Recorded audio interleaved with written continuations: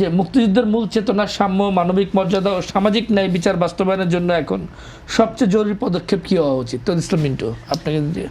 সবচেয়ে জরুরি পদক্ষেপ হচ্ছে যে মুক্ত মত প্রকাশের স্বাধীনতা দরকার, এবং পরবর্তী সরকার বদলের ক্ষেত্রে স্বাভাবিক প্রক্রিয়ায় নির্বাচন যেটা হওয়ার ওটা হতে হবে, এবং দুর্নীতিকে মুক্ত করতে রাজনৈতিক এবং রাজনৈতিক দলগুলোর অভ্যন্তরীণ গণতন্ত্রের চর্চাটা খুবই জরুরি।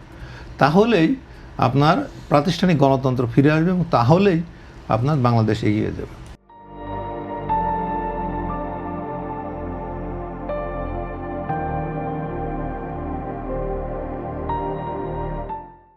এটা আমার মাহমুদ হাসান। 24-এর জন আকাঙ্ক্ষার সৃষ্টি হয়েছে, তবে এই জন আকাঙ্ক্ষা কিন্তু 71-এর যে আকাঙ্ক্ষা তার পরিপূরক না।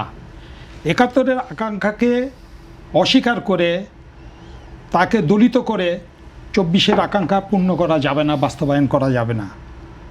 সো রাজনীতিকে রাজনীতির মতো করে চলতে হবে।